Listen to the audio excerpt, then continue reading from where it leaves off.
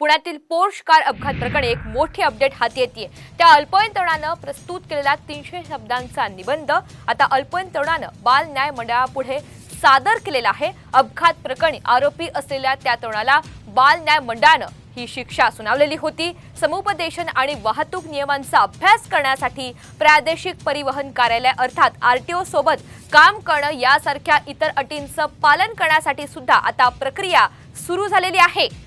अधिकची माहिती आपल्याला अक्षय बडवे देत आहेत। अक्षय, 19 मे रोजी अल्पवयीन तरुणाच्या हाताने जो अपघात झाला होता त्यामध्ये 2 तरुणांचा जीव गेला होता आणि यानंतर ज्या अल्पवयीन तरुण आरोपी होता त्याला बाल न्याय मंडळात हजर करण्यात आलं होतं आणि त्याला ज्या शिक्षा दिल्या होत्या त्याच्यातली प्रामुख्याने ही शिक्षा होती की त्याला अपघाताच्या संदर्भातले 300 शब्दांचा जो निबंध आहे तो लिहायला लागेल आणि तो निबंध जो आहे तो अल्पवयीन तरुणाकडून आता बाल न्याय मंडळात सादर झालेला आहे।